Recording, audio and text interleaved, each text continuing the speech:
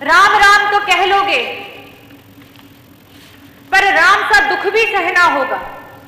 और पहली चुनौती यह होगी कि मर्यादा में रहना होगा, मर्यादा में रहना होगा। राम नाम के जाप में तेरे पहले सा आराम नहीं, जबरदस्ती के जय श्री राम में सब कुछ है बस राम नहीं, सब कुछ है बस राम नहीं। इन लाइनों को अमर कर दिया कि ये हालात तेरी जंजीर तोड़ जाऊंगा, अपने हाथों पे लिखी लकीर मोड़ जाऊंगा। देखते रह जाओगे आंखें फाड़कर, देखते रह जाओगे आंखें फाड़कर, तेरे सामने वो तस्वीर छोड़ जाऊंगा।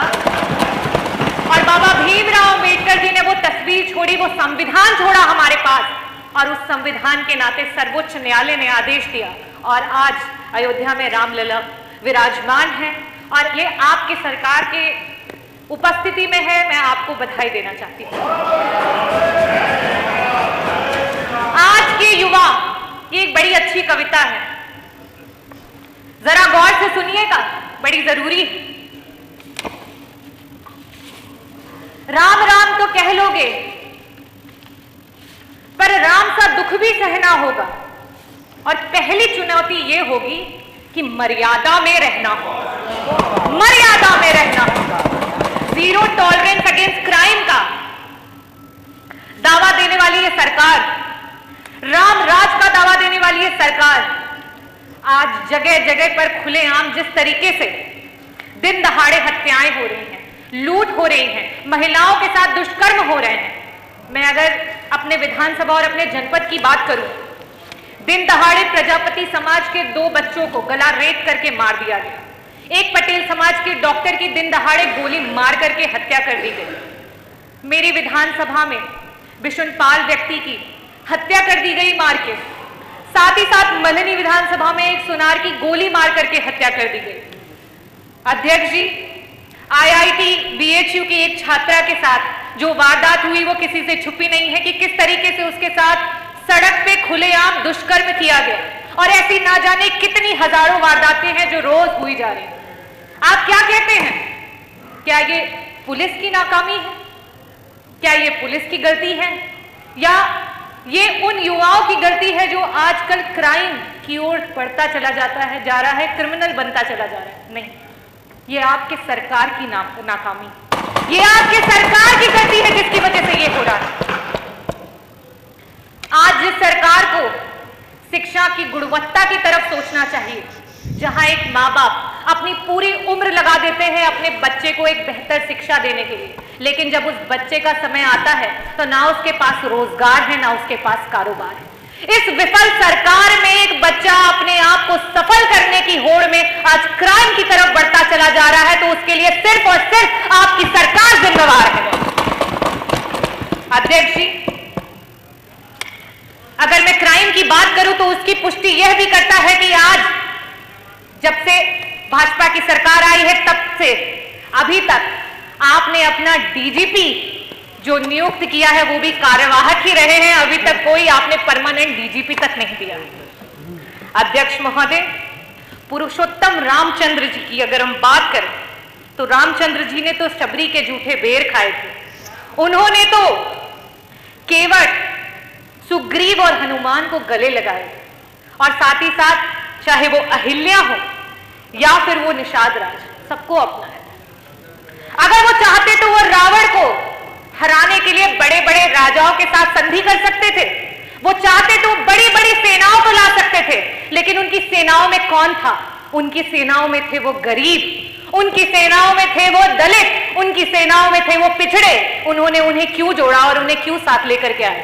वो इसलिए साथ लेकर के आए क्योंकि वो उन्हें यह एहसास कराना चाहते थे कि आपके अंदर वो ताकत है, आप सक्षम हैं, आप सशक्त हैं। आज रामराज का दावा करने वाली यह सरकार पीडीए की, चाहे वो पिछड़ा हो, दलित हो, अल्पसंख्यक हो, आदिवासी हो, उसकी सबसे बड़ी दुश्मन बनी पड़ी।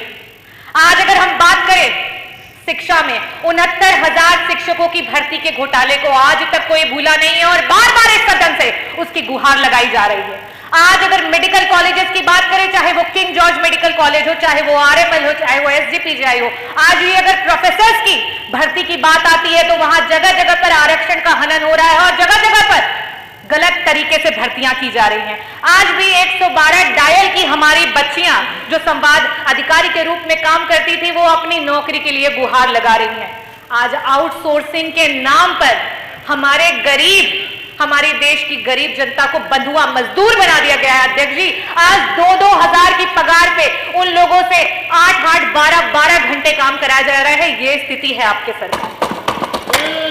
अध्यक्ष जी, बड़े बड़े वादे किए गए, इन्वेस्टर समिट मीट की वादे किए गए, ना जाने कितने हजारों करोड़ का इन्वेस्टमेंट आपकी सरकार लेकर के आई, लेकिन आज धरातल पर अगर देखा जाए तो ना भी एक इन 7 वर्षों में ना तो एक मल्टी स्पेशलिटी हॉस्पिटल दिखता है, ना तो कोई नया एम्स दिखता है, ना तो कोई नया एनआईटी दिखता है, ना आईआईटी दिखता है, ना एमआईटी दिखता है, और बहुत लंबी कतार है लेकिन कुछ भी दिखाई नहीं देता।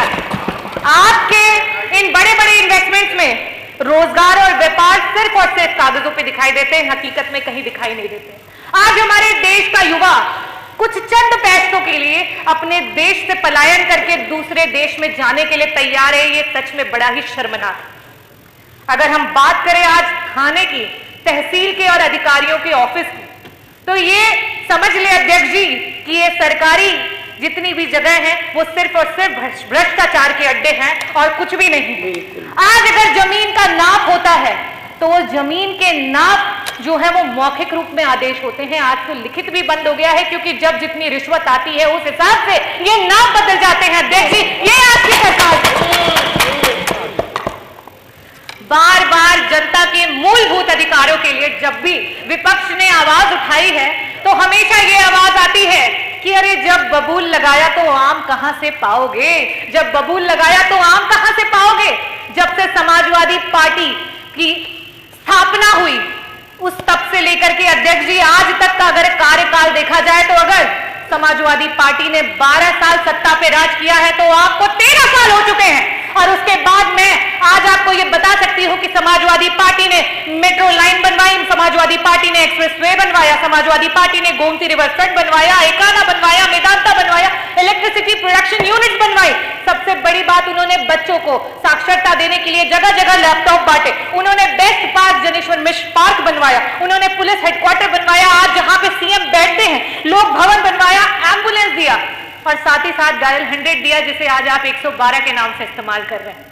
लेकिन अगर आप अपनी बात करें तो आपके पास आज भी सिर्फ कागज ही हैं और कुछ भी है नहीं आपके पास। तो सिर्फ कोरे कागज लेकर के आप बैठे हैं और रामराज की बात करते हैं। और अध्यक्ष जी, अगर आज रामलला जी भी इन स्थितियों और परिस्थितियों में होते तो आज भारतीय जनता पार्टी की सरकार को यह अवश्य ही कहते कि राम राम का, राम राम के जाप में तेरे पहले सा आराम नहीं, राम नाम के जाप में तेरे पहले सा आराम नहीं, जबरदस्ती के जय श्री राम में सब कुछ है बस राम नहीं, सब कुछ है बस राम नहीं।